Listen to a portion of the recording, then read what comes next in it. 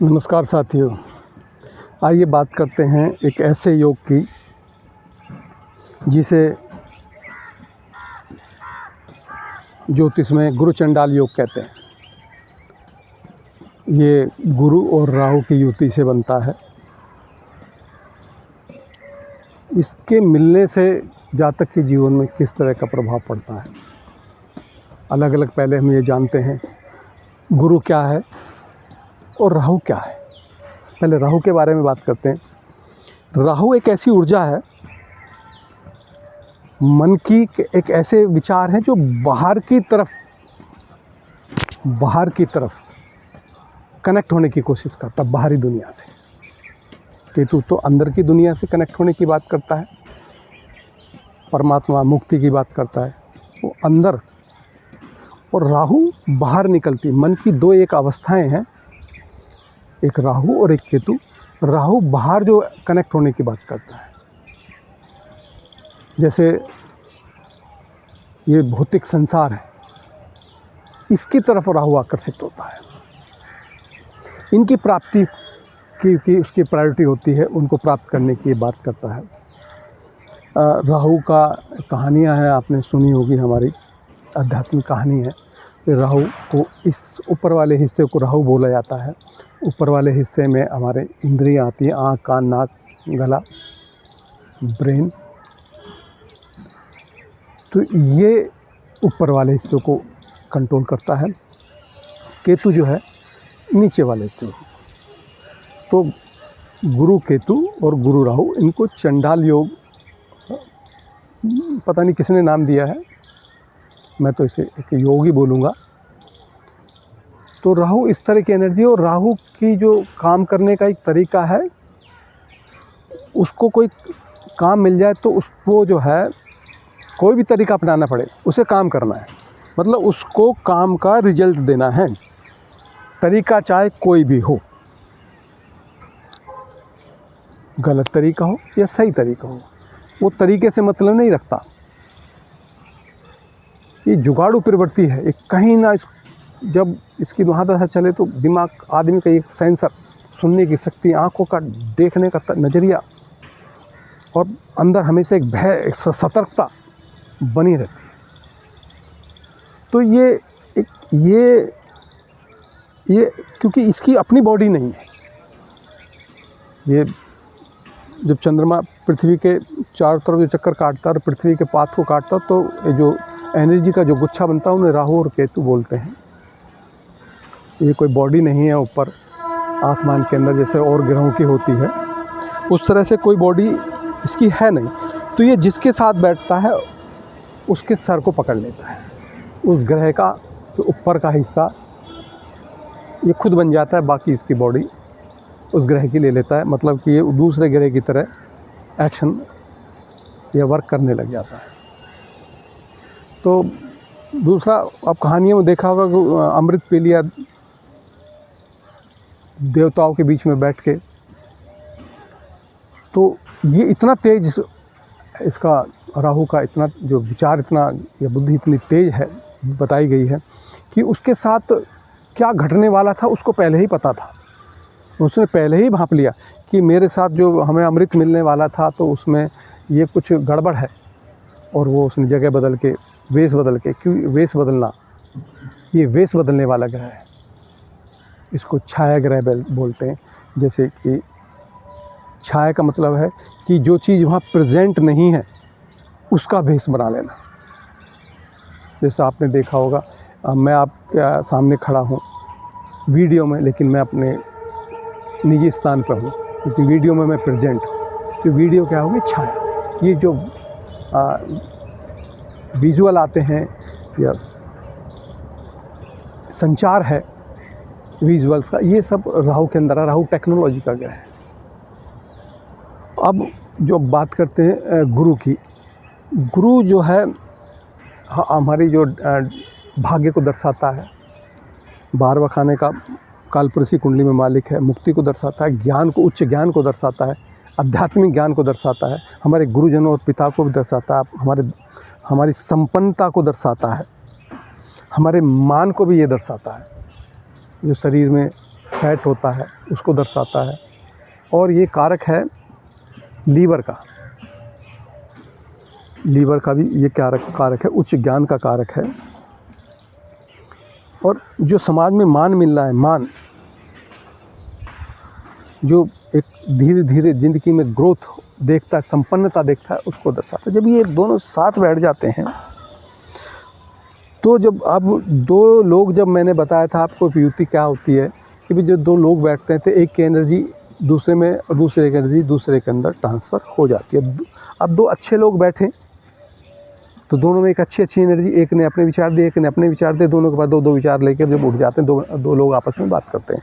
ऐसी दो ग्रह जब बैठते हैं तो एक की एनर्जी उसमें, एक की एनर्जी उसमें। तो गुरु जो है देने की बात करता है, सबको आशीर्वाद देता है, सबको आशीर्वाद देता है, संपन्नता का आशीर्वाद गुरु देता है। जहाँ बैठ जाता है, जहाँ देखता है, इसकी दृष्टियाँ वहाँ अमृत बरसाने वाली होती हैं। इसकी 3 दृष्टियाँ होती हैं जिसमें से पंचम और नवम मेन मानी जाती है।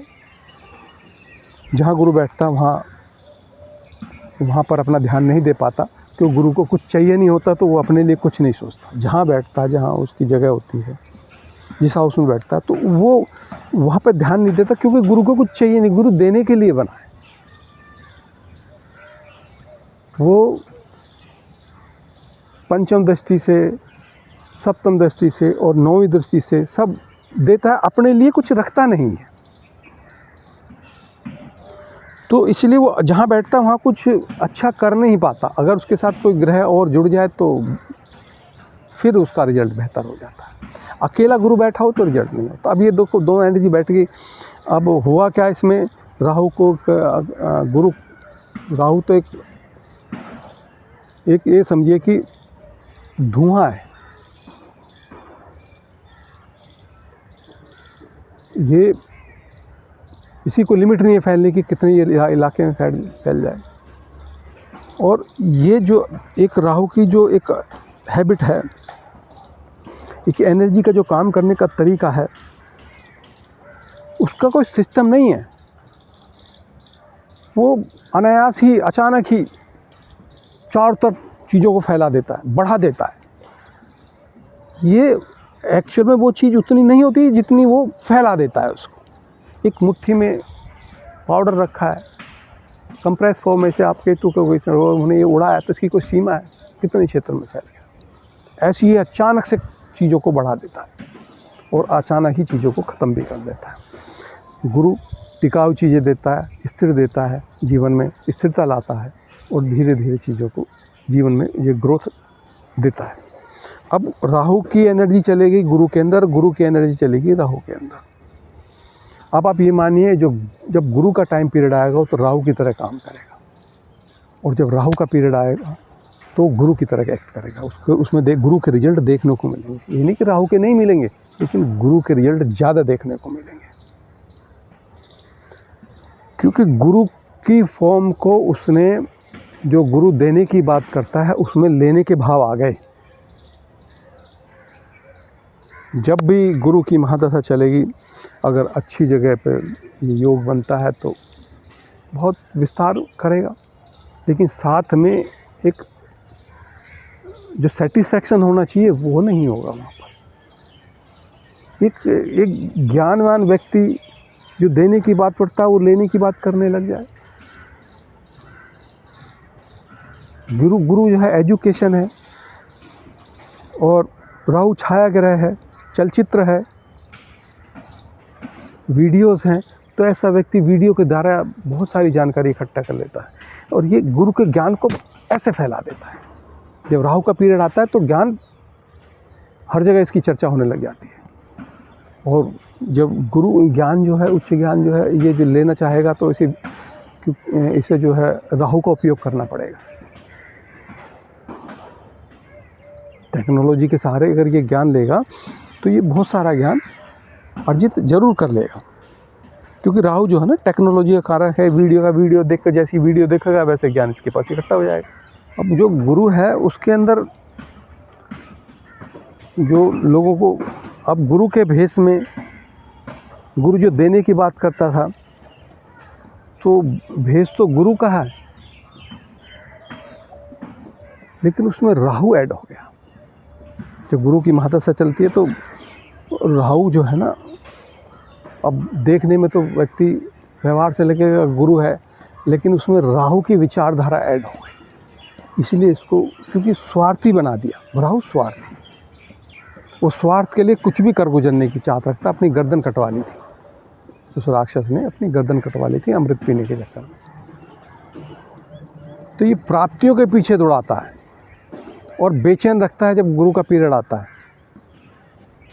क्योंकि राहु जुड़ गया उसके साथ, राहु की एनर्जी जुड़ गई। अच्छी जगह बैठता तो चीज़ें तो सभी बहुत अच्छी मात्रा में प्राप्त होंगी। गुरु और राहु एक साथ एनर्जी जुड़ गई है, गुरु का पीरियड चल गया है, लेकिन जो मिलेगा ना उस गुरु के पीरियड में, उसके जाने का भय सदा बना रहेगा। और जैसे ही गुरु के पीरियड में राहु वगैरह के कुछ राहु वगैरह का टाइम पीरियड एंड में आया, तो उस समय ये क्योंकि गुरु का जब विस्तार हो रहा है और फिर राहु के साथ हो रहा है तो बड़ा अच्छा विस्तार होगा, लेकिन ये विवेक को हर लेता है।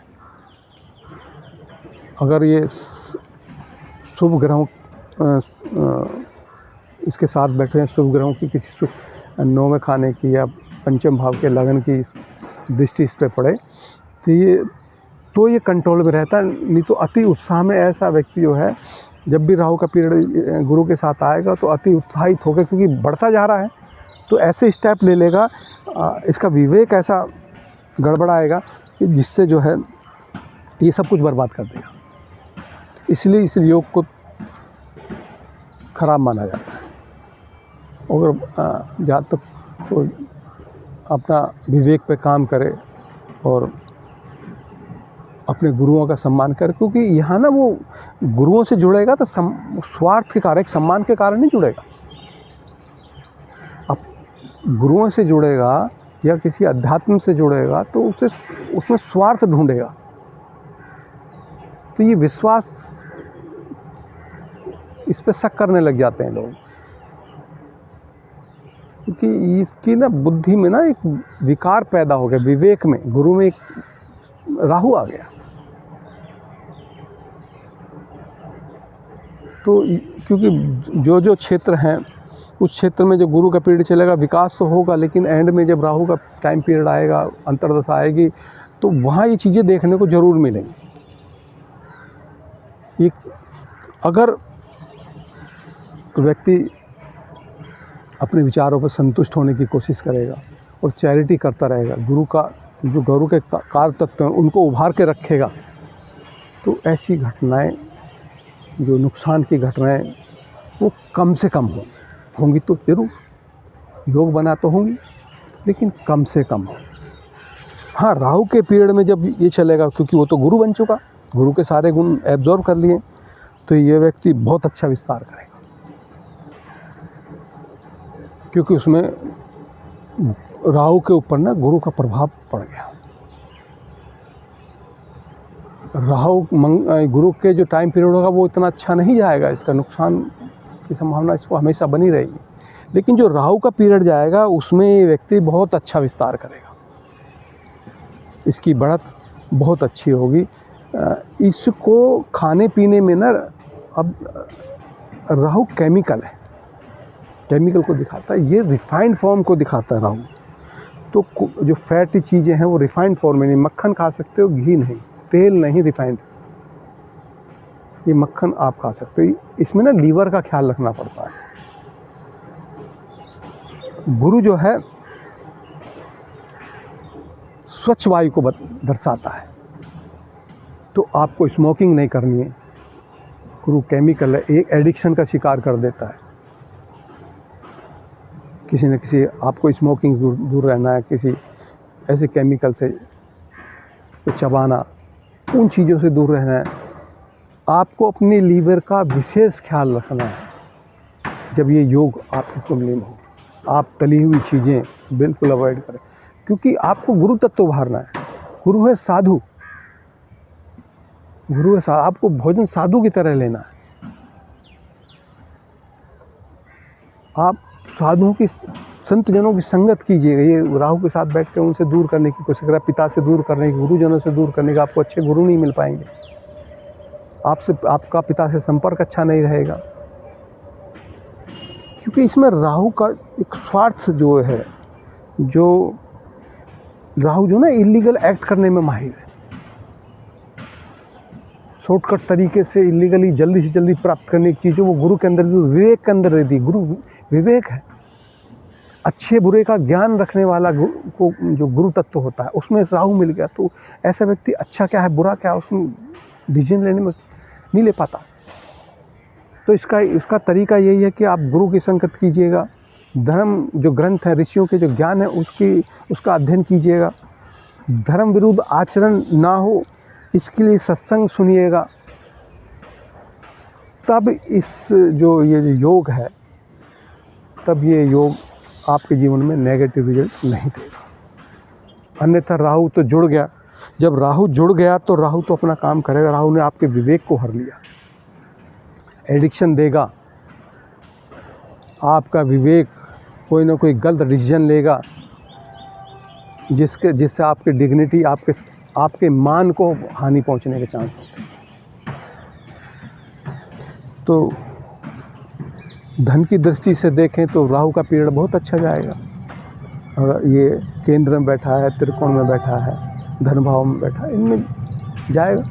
और अच्छे अच्छे खाने अगर गुरु को मिले हुए हैं, पंचम, नवम, चौथा, पहला, दूसरा, 11वां, ये सही जगह बैठे तो इन चीज़ों को तो देगा। लेकिन गुरु के पीरियड में ये सारा गड़बड़ जरूर, क्योंकि गुरु को राहु ने जो है एक त्रुटि उसके अंदर पैदा कर दी। इसलिए जो ज्योतिष लोग हैं या बुद्धिजीवी जो इस विद्या को, ज्योतिष को जानते हैं, वो कई बार इसको गुरु चंडाल के नाम से बोलते हैं। आशा करता हूँ मेरी ये वीडियो आपको ज़रूर पसंद आई होगी, गुरु चंडाल योग के बारे में जो मैंने छोटा सा डिस्कशन किया है। क्योंकि इसका आप किसी भी युक्ति का या ज्योतिष में किसी भी एक सब्जेक्ट का अगर आप विश्लेषण करने बैठें तो ये इसका कोई सीमा नहीं है विश्लेषण की, ये अनंत है। तो जितना मेरा सामर्थ्य है और जितने कम से कम शब्दों में ज़्यादा बताया जा सकता है उतने मैंने कोशिश की है। आशा करता हूँ आपको मेरी वीडियो पसंद आएगी। मेरी वीडियो को लाइक और चैनल को सब्सक्राइब कीजिएगा। जय श्री राम।